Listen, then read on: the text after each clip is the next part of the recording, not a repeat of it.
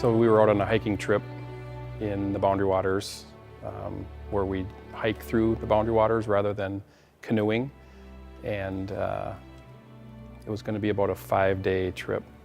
And we got up north of Ely on this remote entry point into the Boundary Waters, loaded all of our gear on our backs and headed out onto the trail.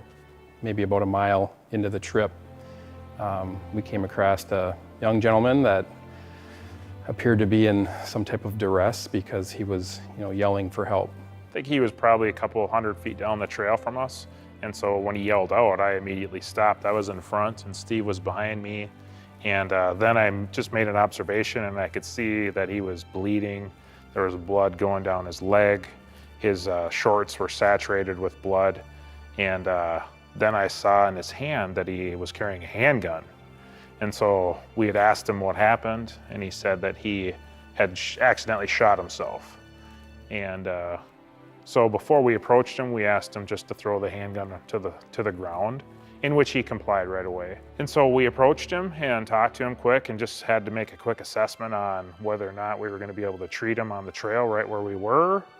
I think we checked and we didn't have cell phone coverage. We ended up making the decision to haul him out. So I think Steve grabbed the handgun and tucked it into one of our backpacks. I don't remember which one, make sure it was safe. And then, we just kind of fireman carried or assisted him out of the woods. So we ended up getting to the parking lot. We found his vehicle and we had him lay down in the back of his vehicle. I just so happened to carry a small first aid kit in my truck.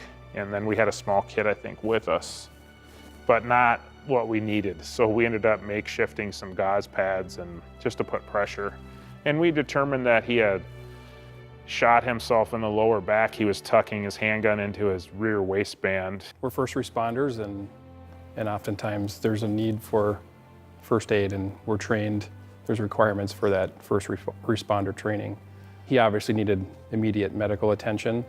I guess we're not sure how much longer he would have managed on his own. And not sure what would have happened if we just didn't happen to be there that day. We had one phone that we were able to receive reception from where we were to make a 911 call. So we had to treat him for about 45 minutes before the ambulance arrived. Well, I think it's important to always have, especially in that area where you are on your own, and if something unfortunate happens, just to be prepared. We do always bring a small first aid kit. Certainly we didn't expect to find someone with a gunshot wound.